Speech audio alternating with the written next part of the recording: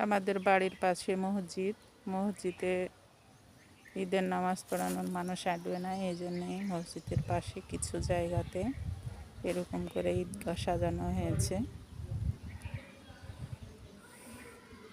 আজকে সাজানো সব কিছু রেডি করছে, তারপরে কালকে এখানে নামাজ হবে ইনশাল্লাহ।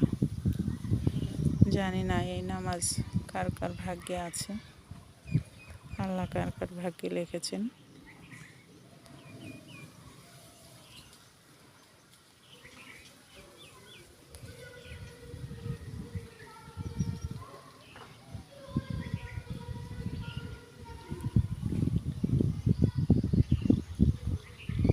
কমেন্টে সবাই আলহামদুলিল্লাহ লিখবেন।